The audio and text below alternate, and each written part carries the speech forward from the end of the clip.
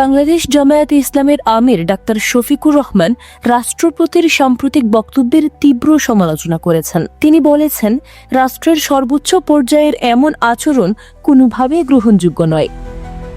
Doctor Shafiqur Rahman মঙ্গলবার বিকেলে নিজের ভেরিফাইড ফেসবুক অ্যাকাউন্টে পোস্টে উল্লেখ করেন, ৫ আগস্টের ঘটনা নিয়ে রাষ্ট্রপতি অনেক তথ্য চেপে গেছেন। কথিত পলাতক প্রধানমন্ত্রীর পদত্যাগের বিষয়ে রাষ্ট্রপতি যা বলেছিলেন এবং পরবর্তীতে জাতিকে যা জানিয়েছিলেন তা তার সাম্প্রতিক বক্তব্যে স্বীকার করা হয়নি। তিনি বলেন, সেদিন যা বললেন আর এখন যা বলছেন, রাষ্ট্রপতি কি তার হিসাব মিলিয়ে দেবেন? জাতীয় অবুঝ নয়। সম্প্রতি একটি জাতীয় দৈনিকে প্রকাশিত সাক্ষাৎকারে রাষ্ট্রপতি মোহাম্মদ শাহাবুদ্দিন প্রাণ খুলে কথা বলেছেন। এরপর দেশ জুড়ে এই বিষয় নিয়ে চলছে ব্যাপক আলোচনা ও সমালোচনা। জামায়াতের এই তোপ ভবিষ্যতে রাজনৈতিক বিতর্ককে আরও তীব্র করে তুলতে পারে।